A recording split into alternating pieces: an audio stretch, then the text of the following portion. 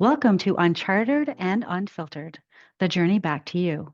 I am Cynthia Jameson, your host, and this is where we break free from the noise and dive deep into what truly matters you. If you're tired of the shoulds, the expectations, and the pressures to fit into a mold that doesn't serve you, you're in the right place. This isn't a podcast about easy answers or sugar coated advice. This is your invitation to reclaim your path, embrace the unknown, and become the bold, unapologetic version of yourself that's been waiting to show up. It's time to get unfiltered. Let's get started. Hello, hello, and welcome back to the podcast. Today, I want to just step right into it. I want to have some real talk with you. Have you ever left a meeting replaying every single word? Wondering if you said the right thing, smiled at the right time, didn't look too serious, but also not too casual. Or maybe you've gotten feedback that was meant to be constructive, but it hit you like a sledgehammer to the gut. If you have been there, welcome, friend. This episode is your permission slip to stop carrying what is not yours. Today, we're going to be unpacking a leadership story that is less about job titles and more about the exhausting emotional weight of trying to manage how others see you and what happens when you stop. So, I want to tell you about my client. On paper, they had it all together. Title, check. Team, check. Reputation as the gets it done person, check, check, check. But underneath the surface, my client was exhausted. Every meeting felt like a performance. Every silence felt like judgment. And their very first words to me when I asked them about what their goals were for our 6-month engagement, they shared that they wanted to change how people see me. I want to change how people see me. Is how they said it. I want to change people's perception. But here is the plot twist.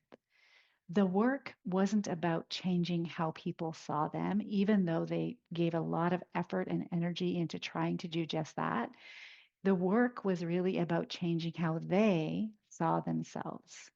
And there was a whole bunch of emotional gymnastics that was going on as it relates to people pleasing. And in this one particular session at the beginning of our coaching journey, I will never forget this. It's etched on my mind. And one of the moments that they reflected back to me was the most powerful in our work together. They were sharing how draining it felt to keep up appearances, to be what everyone needed them to be. And so I grabbed my whiteboard, which I often do, and I drew two stick figures, two very bad stick figures. And one was of my client, and the other one was of everyone else. And then I started doodling all of the different loops and twists and contortions that my client was putting themselves through, bending over backwards, sideways, twisting themselves into shapes just to manage how they were being perceived. And I stood back from that and I noticed we were both staring at it. That simple sketch hit my client like a gut check in the very best way because it showed them in the most hilariously humbling way the cognitive dissonance of trying to be someone they weren't for approval that was never guaranteed and was never going to be guaranteed. And that is when the shift began. So, up until that point, feedback from my client felt like a personal verdict, if you will. Every comment was taken as proof that they weren't doing enough. And in coaching, we flipped the script on that because feedback, it's just data. If you're willing to see it that way, it can be very insightful data.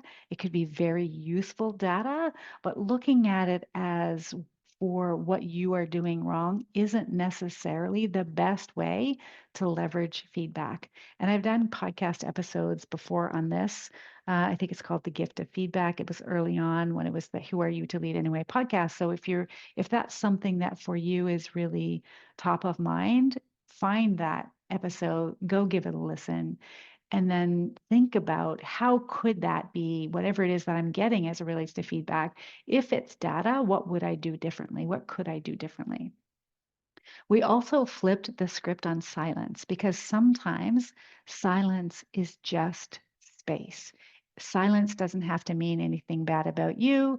It doesn't have to mean that you have to come in and save the day. Sometimes silence is good. I think our brain likes to define silence as bad. And when our brain is predispositioned in that way, it can often have us leaning in and really finding ourselves filling in the answers, filling in the gaps without leaving enough space and grace for other people to be able to respond. And this brings me to one of the other scripts that we flipped, my client and I, which is around reactions. So the reactions that other people have, I'm just going to keep it short and simple for you, not yours to manage. The thoughts and feelings that other people have and the reactions that they have again, are not yours. This is something that I'm noticing with so many clients and even in my own personal life is just recognizing when we're carrying emotional mm, emotional weight, emotional luggage, if you will, that isn't ours. We do have an absolute responsibility and accountability to have ownership and agency of ourselves, our thoughts, our ideas, our energy, what we're putting out in the world. I mean, at the end of the day, we go to bed with ourselves. And so we have to be able to look at ourselves in the mirror and say, yeah, I lived an aligned life with my values today. That helps, at least for me, that helps me sleep at night. And so what I think is so brilliant about these reframes is my client was able to come to this conclusion that for themselves, once they flipped the script on feedback, seeing it as data, silence as space, reactions not theirs to manage, they said, I actually don't need to be or to feel more confident. That's actually not what I need at all. What I do need is to be more curious. And I just want to say, like, when the energy in the coaching Zoom room, when my client said that was the energy of like, boom, that was the unlock for them. That was the door that opened that from there, they were able to build their own box of questions, if you will, not to fix people, but to coach, to empower. Simple but mighty questions like, what do you think? How would you approach this? What does success look like for you? That box of questions, or the idea of the box of questions, became my client's new leadership toolkit. It wasn't about having the answers anymore. It wasn't creating the pressure within them to have all of the answers anymore. Instead, it was about creating space, creating the conditions for others to step up and for them as the leader to be able to breathe. Now, listen, none of this was a straight line. There were so many moments when my client was ready to throw in the towel. They said to me, there's one of these sessions that I'm thinking about. They said, like, I'm doing the work, but nothing is changing. I'm still feeling bypassed. I'm still feeling unseen. And so what we did, we paused. We got curious. And what surfaced was this belief that if they, my team, don't acknowledge my growth, it must not be real. And that was another crack in the armor because the truth of the matter was recognition from other people, it's amazing, it's lovely, but self-recognition, that is non-negotiable. How you recognize yourself, the internal scorecard, if you will, of how you account for yourself and what you are doing, how you are acknowledging you. That is really, really important because one of the things that I have learned so deeply from doing this work is you cannot outsource your worth. The cost is too damn high. And we do it. As humans, we do it. As leaders, we do it. As organizations, we do it. As consumers, we do it. And we really need to think about why is it that we are doing that and how can we take our own power back. And so the shift is bit by bit for my client, they started leading differently. And some examples of that, they closed their laptop after hours. They stopped over explaining. They leaned into silence after questions. They trusted their own scoreboard. And I just want to offer this was uncomfortable because it was unfamiliar for them. They had a default set of patterns that had them performing, pleasing, proving, and they really had to sit with the discomfort of that and learn to have an entirely different relationship with themselves so that they could show up in these new ways. Having experiments, testing hypotheses, seeing what would happen, feeling the resistance, coming back and coaching through it. And I think this was so beautiful because in one of our final sessions, if not the final session, my client said to me, and this was beautiful, I thought leadership was fixing how others saw me. And now I know that it's about how I see myself. And that is the most beautiful, like if I use this term like mic drop moment, I know I hear that in and around all of the time, but that's what that is one of those moments. And so for you, if you are nodding along, here is your reflection moment that I want to invite you into. What is the story? What story are you telling yourself when you're trying to fix how others see you? And what would change if you led with questions, not answers? Where do you need self compassion more than self criticism today? Listen, leadership isn't about image polishing. It's about peeling back the layers and leading from your own truth in the way that only you can.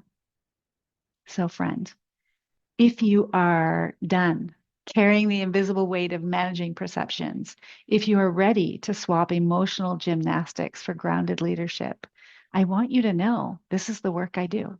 And it is a journey worth taking. Coaching is not about fixing you, it is about helping you see the brilliance that's already there, just waiting for you to trust it. When you stop managing perception, you start leading with presence. And here's the beautiful thing that happens that I'm just realizing I haven't even touched on. When you lead with presence, you live and lead and enjoy each and every moment that you are in. And when you are so busy enjoying each and every moment that you are in, guess what you're not doing? You're not thinking about the past and you're not thinking about the future. And that ego of yours, is silent. And that is my business case for you to stop managing perceptions and to start leading with perception, with not perception, cheapers creepers. And I'm going to leave that in because someone needed to hear that. When you stop managing perceptions, you start leading with presence. And until next time, I invite you to keep noticing, keep reflecting, and most of all, keep choosing you. Because there is not another human being on the planet that has the same skills, talents, abilities, experiences, values, beliefs, assumptions, gifts than you. And if we got to miss out on that, that would be too bad. Thank you for joining me. And I'll be back here, same time, same place next week. Welcome to Unchartered and Unfiltered, the journey back to you.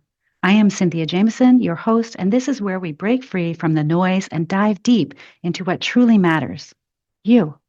If you're tired of the shoulds, the expectations, and the pressures to fit into a mold that doesn't serve you, you're in the right place. This isn't a podcast about easy answers or sugar-coated advice. This is your invitation to reclaim your path, embrace the unknown, and become the bold, unapologetic version of yourself that's been waiting to show up. It's time to get unfiltered. Let's get started.